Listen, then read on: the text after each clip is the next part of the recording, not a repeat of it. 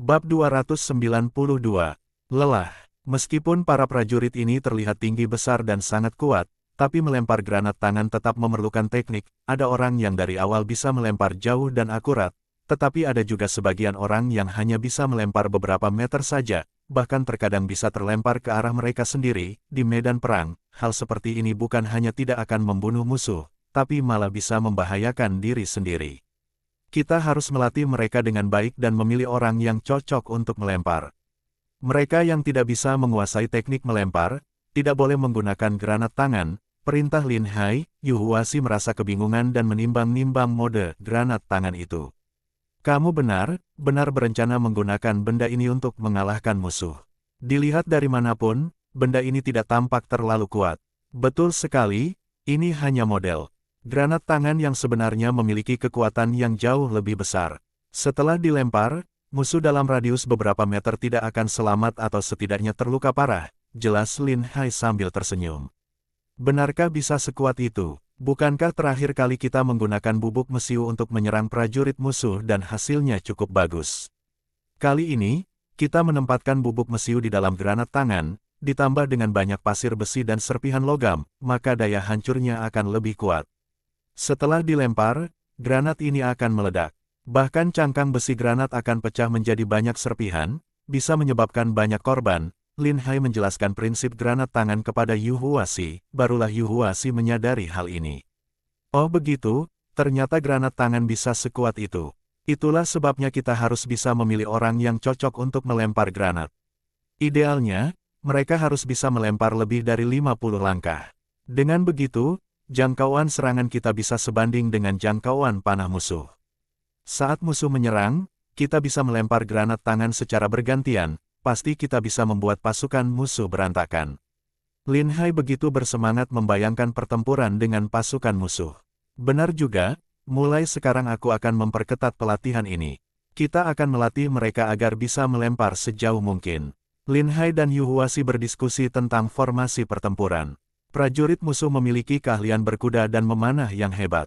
Tanpa pertahanan yang baik, akan sangat mudah menjadi sasaran panah musuh, jadi, saat melempar granat, harus ada yang membawa perisai untuk melindungi mereka. Koordinasi ini sangat penting, kalau tidak, jika granat baru dinyalakan tapi si pelempar terbunuh oleh panah musuh, granat bisa jatuh di sisi kita sendiri, dan akan menyebabkan kerugian besar. Setelah berdiskusi, mereka mulai melatih melempar granat dan berlatih formasi pertempuran hingga sore hari. Saat sudah senja Lin Hai dan Yu Huashi baru pulang di rumah. Qiaoer sudah menyiapkan meja penuh dengan hidangan lezat, Lin Ruoxue dan Putri Chenxi juga ada di sana. Ada apa hari ini? Tanya Lin Hai. Kamu sibuk menyambut delegasi dari Turkestan, jadi tidak bisa menemani Qiaoer. Kami berkumpul untuk memeriahkan suasana, jawab Putri Chenxi sambil melirik Lin Hai, memberi isyarat dengan matanya. Sudah dijanjikan bahwa Lin Hai akan sering menemuinya, tapi belakangan ini Lin Hai terlalu sibuk. Kami hanya berkumpul saja, tapi Lin Hai sangat sibuk, kata Putri Chenxi dengan nada sedih. Akhir banyak urusan penting. Mungkin sebentar lagi kita akan berperang dengan Tibet. Melatih prajurit secepat mungkin adalah hal yang paling penting, jelas Lin Hai. Benarkah kita akan berperang dengan Tibet? Lin Ruoxue terkejut, dia tidak tahu apa-apa tentang granat tangan, tapi dengan keadaan dinasti Daxia saat ini, perang bukanlah hal yang baik. Keuangan negara baru saja pulih sedikit, dan perang akan membutuhkan biaya besar. Rakyat sudah hidup susah, jika harus menyerahkan bahan pangan untuk perang, mereka mungkin akan semakin menderita. Tidak ada pilihan lain, Tibet memaksa untuk menikahi Putri Chenxi, jadi kita harus memberi mereka pelajaran. Lagi pula, untuk mengalahkan Tibet, kita tidak perlu mengerahkan banyak pasukan. Hanya dengan 30.000 prajurit saja, kita bisa mengalahkan mereka dengan mudah, kata Lin Hai sambil tersenyum. Putri Chenxi merasa sangat tersentuh ketika mengetahui bahwa semua ini dilakukan untuknya. Rasa kesalnya pun lenyap, dia mengambil sepotong daging dan menyuapkannya pada Lin Hai. Kamu pasti sangat lelah akhir-akhir ini, makanlah lebih banyak daging. Delegasi Turkestan baru saja tiba, kita belum mulai berdiskusi. Mungkin tidak akan sampai harus berperang, kan? Tanya Lin Ruoxue dengan cemas. Mau tidak mau kita harus berperang. Kali ini bukan Tibet yang ingin berperang, melainkan kita yang ingin mengalahkan mereka. Aku sudah berjanji kepada Raja untuk menghancurkan semua musuh dalam 3 tahun, setelah itu Raja juga berjanji akan menikahkanmu denganku. Jawab Lin Hai, pipi Lin Ruoxue langsung memerah. Tapi ia segera menyadari bahwa itu adalah janji yang sangat mustahil untuk dicapai. Meski Tibet dan Turkestan adalah musuh terbesar dinasti Daxia, beberapa negara kecil lainnya juga tidak bisa diremehkan, meskipun wilayah mereka kecil dan jumlah pasukan mereka tidak banyak, tapi mereka sangat ganas dalam pertempuran. Mereka berperang seolah-olah tidak takut mati. Akan sangat sulit untuk mengalahkan dan menaklukkan mereka. Kenapa kamu bertaruh dengan ayah seperti itu? Itu tidak mungkin bisa tercapai. Lin Ruoxue mulai khawatir. Aku tidak akan mengatakannya jika tidak yakin. Kita mulai dengan Tibet, setelah mengalahkan mereka, kita bisa mencegah mereka bersekutu dengan musuh lain untuk melawan kita. Selain itu, kita juga bisa merampas bahan pangan dan harta dari mereka untuk mempersiapkan perang di masa depan. Apakah kita bisa menulis hal ini di surat kabar? Tanya Putri Chenxi. Sekarang belum bisa. Tunggu sampai pertempuran dimulai, agar mata-mata musuh tidak mendapat informasi, kata Lin Hai. Baiklah, kalau kamu yakin, kami akan mendukungmu sepenuhnya. Putri Chenxi tidak terlalu memikirkan hal lainnya, jika Lin Hai sudah memutuskan sesuatu, pasti sudah ada dasar kuat. Apalagi, Putri Chenxi sangat membenci Tibet karena mereka ingin menikahinya. Mereka adalah musuh utamanya. Kiaoer tersenyum dan berkata, bagus sekali, Raja akhirnya setuju untuk menikahkanmu dengan Lin Hai. Kita akan menjadi satu keluarga.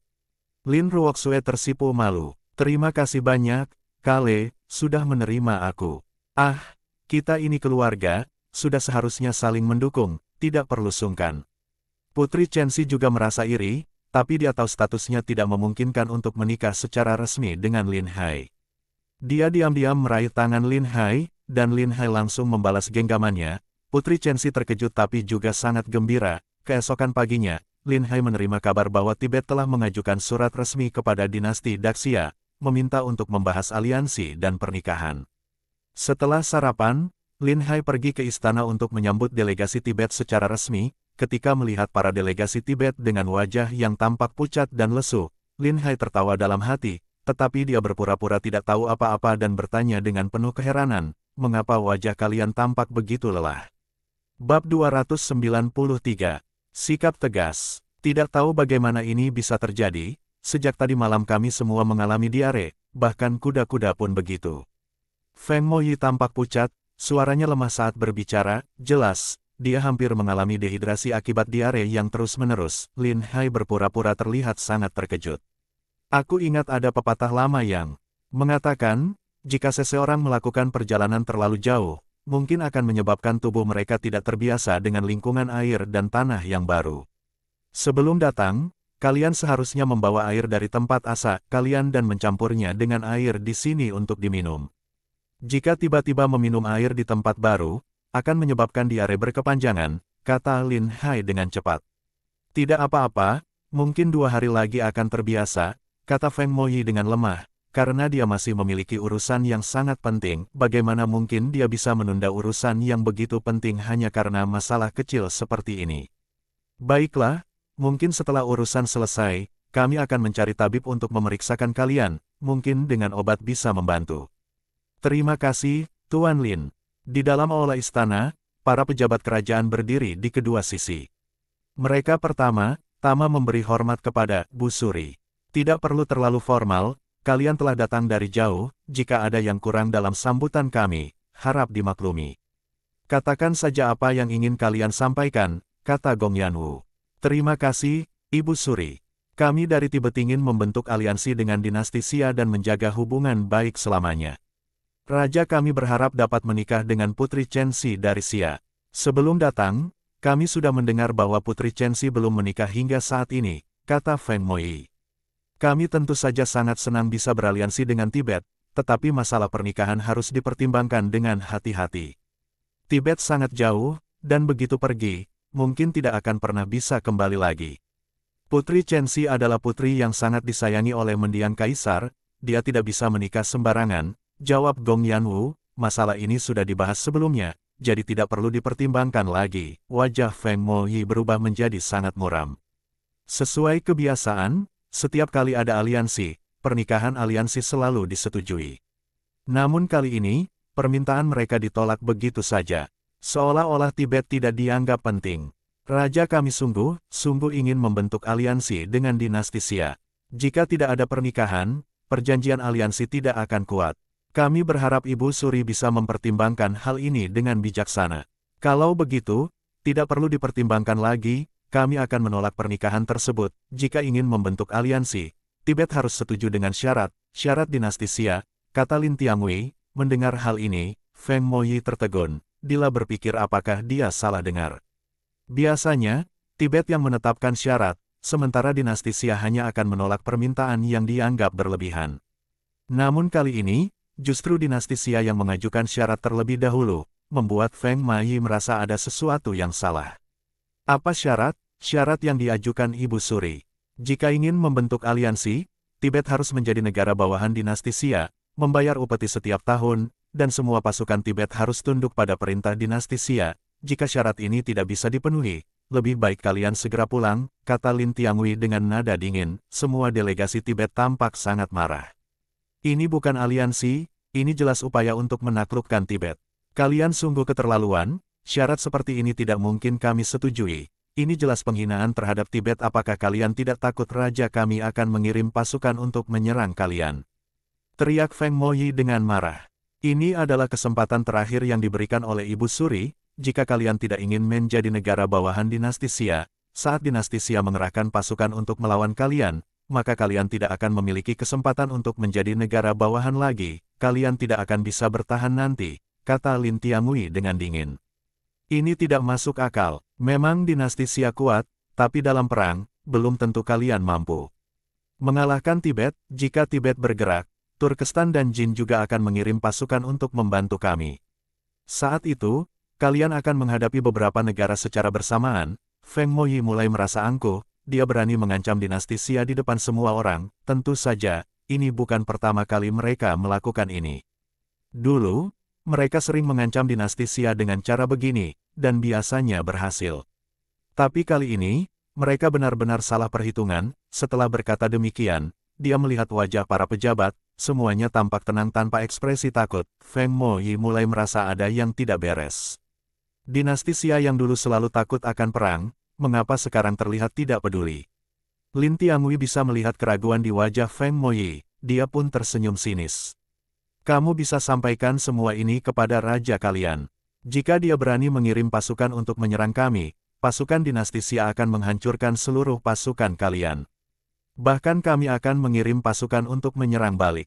Saat itu, kita lihat apakah kalian mampu bertahan dari serangan pasukan berkuda kami. Kata Lin Tianwei, baiklah, ingat perkataanmu ini, kita akan bertemu di medan perang. Feng Moyi sangat marah, tanpa pamit, dia langsung membawa delegasinya pulang. Semua ini jauh dari apa yang mereka harapkan, dan mereka harus kembali untuk membahas strategi. Mereka benar-benar tidak mengerti mengapa dinasti Xia tiba-tiba menjadi begitu keras. Apakah dinasti Xia benar-benar sedang mencari kehancuran, atau mereka begitu yakin bisa mengalahkan Tibet dengan mudah? Meskipun Turkestan baru saja dikalahkan, dinasti Xia sekarang memiliki senjata baru. Mereka telah menyelidikinya, dan tahu tentang meriam serta kekuatannya. Meskipun kuat dan efektif melawan pasukan berkuda, dengan strategi yang tepat, mereka bisa menghindari serangan meriam dan menyerang dari sisi lain. Pasukan dinasti Xia tidak memiliki jaminan kemenangan sepenuhnya. Setelah tiba di penginapan, perut mereka kembali terasa sakit, mereka semua bergegas ke toilet. Setelah beberapa waktu, mereka berkumpul lagi untuk membahas masalah ini. Mereka sudah sangat keterlaluan, tidak ada gunanya melanjutkan negosiasi lagi. Kita harus segera kembali ke Tibet dan mengerahkan pasukan untuk menyerang mereka. Hanya dengan cara ini mereka akan tahu bahwa Tibet tidak bisa diremehkan, teriak salah satu dari mereka. Bahkan para penjaga di luar tidak peduli mendengar keributan itu. Benar, dinasti Xia sungguh keterlaluan. Mereka pikir setelah satu kemenangan, mereka bisa memperlakukan kita seperti ini. Kita harus menunjukkan kekuatan pasukan kavaleri kita. Tenanglah dulu, aku masih berpikir, apa yang membuat dinasti Xia menjadi begitu berani? Apakah mereka benar-benar ingin berperang dengan kita? Jika mereka sudah siap, menyerang tanpa perencanaan bisa berakibat fatal, kata Feng Moyi dengan tenang. Dia mencoba menenangkan yang lain. Kamu terlalu takut dengan mereka. Meriam itu bisa dihindari dengan gerakan menyebar dan menyerang dari berbagai arah. Tanpa meriam dan tembok, pasukan mereka tidak akan bisa melawan kita. Bab 294. Membangun arena. Semuanya, jangan panik dulu, tahan emosi kalian. Bahkan jika kita harus pergi, kita harus mengembalikan kehormatan kita terlebih dahulu. Suhulasa, apakah kamu sudah siap?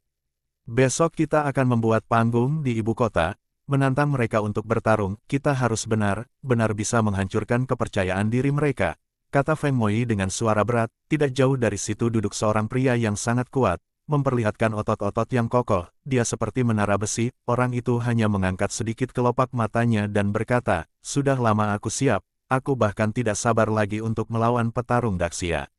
Bagus, mari kita lakukan. Hari ini, suruh seseorang menyiapkan arena pertarungan. Mereka berdiskusi sejenak, mereka bersiap untuk pergi. Para penjaga segera menghentikan mereka di pintu. Di luar terlalu berbahaya, sebaiknya tetap di penginapannya. Feng Moi merasa sangat marah di dalam hati, karena tidak membiarkan mereka keluar tidak berbeda dengan penahanan rumah. Kami adalah utusan dari Tibet, bukan tahanan yang dipenjara oleh kajian. Jika kalian mengurung kami, besok kami pasti akan melaporkan ini kepada Ibu Suri, dan kalian akan dihukum berat. Liu Ergo mendengar suara keributan ini dan segera datang, dengan senyum penuh di wajahnya. Dia berkata, siapa yang bilang kalian akan ditahan? Kami hanya memikirkan keselamatan kalian, sebaiknya jangan keluar. Kami bisa menjaga keselamatan kami sendiri. Aku tidak percaya ada orang yang bisa melukai kami, kata Feng Moi dengan suara dingin. Tuan Lin sudah memberi perintah, kami harus menjaga tempat ini dengan baik, dan tidak ada orang luar yang diizinkan masuk. Kalian harus tahu, orang-orang Tibet sering membakar dan merampok di Daxia. Hal ini sudah lama memicu kemarahan publik. Banyak orang yang sudah tahu kalian datang. Mereka meneriakkan ingin membunuh kalian untuk membalas dendam. Aku sarankan, demi keselamatan kalian, sebaiknya tidak keluar, kata Liu Ergo masih dengan senyum di wajahnya. Itu bukan urusan kalian. Jika memang ada yang bisa membunuh kami, itu hanya karena nasib kami buruk, dan itu tidak ada hubungannya dengan kalian. Cepat minggir, atau jangan salahkan kami kalau kami tidak sopan, ancam Feng Moi, membuat orang di belakangnya langsung bersiap untuk bertarung. Apa maksud kalian? Aku hanya memberikan nasihat baik, aku tidak pernah bilang akan menahan kalian di sini, kalian boleh keluar kapanpun kalian mau, namun, aku punya surat pernyataan di sini, jika terjadi sesuatu di luar, itu bukan tanggung jawab kami. Kami sudah memberitahu kalian tentang bahayanya, jadi jika kalian tetap ingin pergi dari penginapan, itu keputusan kalian. Liu Ergo mengeluarkan selembar kertas yang penuh dengan syarat pengecualian tanggung jawab. Feng Moi mengambilnya dan membacanya sekilas. Intinya, jika terjadi sesuatu, mereka sendiri yang akan bertanggung jawab, dan tidak ada hubungannya dengan Daxia. Karena kamu pemimpinnya, maka tanda tanganilah ini. Setelah kamu tanda tangan, kalian bisa pergi kapan saja. Feng Moi tidak ingin berdebat lebih lama, dia mengambil kuas dan menandatangani namanya di atas kertas. Sekarang kalian bisa pergi, semoga kalian bersenang-senang, makan malam akan kami siapkan, jangan lupa kembali lebih awal. Feng Moi mendengus dingin dan pergi bersama bawahannya. Liu Ergo memanggil beberapa anak buahnya dan memerintahkan dengan suara rendah, kalian semua segera ikuti mereka, apapun yang mereka lakukan, laporkan segera. Baik, Tuan, kami akan mengawasi setiap gerakan mereka dengan ketat. Feng Moi membawa orang-orangnya ke tempat yang lebih luas. Mereka membayar untuk menyewa orang dan mulai membangun arena pertarungan, serta menulis spanduk besar, tantangan untuk semua pahlawan dari segala penjuru. Tantangan yang begitu terang-terangan ini segera tersebar ke seluruh ibu kota. Tak lama kemudian, seseorang memberitahu Lin Hai tentang berita ini. Setelah mendengar laporan itu, Lin Hai tidak terlihat panik. Sejak awal, aku sudah melihat seorang pria yang sangat kuat. Orang ini pasti sangat jago bertarung, ternyata mereka memasang arena dan ingin memprovokasi kita. Kita tidak bisa hanya diam melihat kesombongan mereka. Kita harus segera bersiap untuk meredam keangkuhan mereka.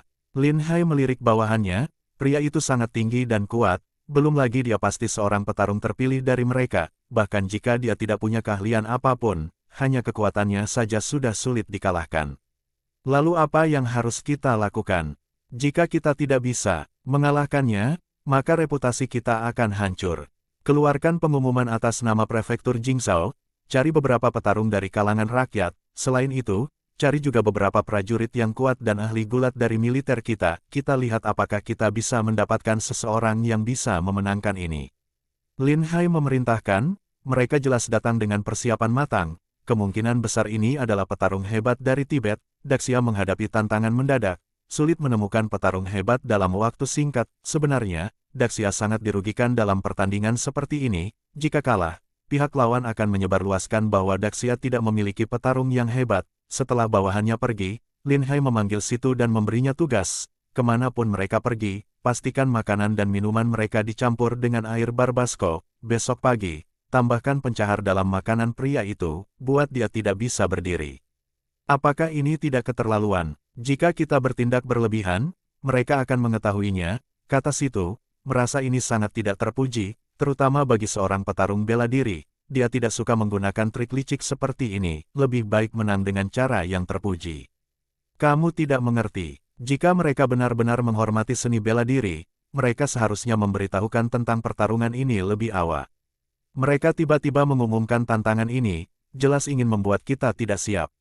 Oh, begitu. Orang-orang itu memang jahat, mereka ingin menggunakan cara ini untuk menghancurkan semangat kita, jangan sampai rencana mereka berhasil, kata Situ, mulai marah. Kamu tidak bodoh, setidaknya kamu cepat mengerti, jawab Lin Hai. Pemikiran Tuan memang sangat cermat, seharusnya aku tidak meragukan Tuan. Situ tersenyum malu dan menggaruk belakang kepalanya. Segera lakukan apa yang aku katakan. Jika kamu bisa memahami maksud di balik ini, kamu bisa diangkat sebagai pejabat di istana. Kamu tidak akan hanya menjadi pengawal pribadiku, kata Lin Hai sambil tersenyum. Situ mengangguk dan pergi untuk menjalankan tugasnya. Feng Moyi membayar mahal untuk menyewa banyak orang bekerja untuknya. Dia tertawa dingin kepada bawahannya dan berkata, Lin Hai benar-benar berani mencoba menakut-nakuti kita. Tapi lihat, tidak ada yang terjadi. Kita punya begitu banyak petarung. Bahkan jika ada orang nekat mencoba membunuh kita, kita pasti bisa menghabisi mereka semua. Aku merasa misi kita ke Daxia kali ini tidak seperti biasanya. Baru saja datang, semua orang langsung terkena serangan diare. Apakah ada yang salah dengan makanan yang kita makan?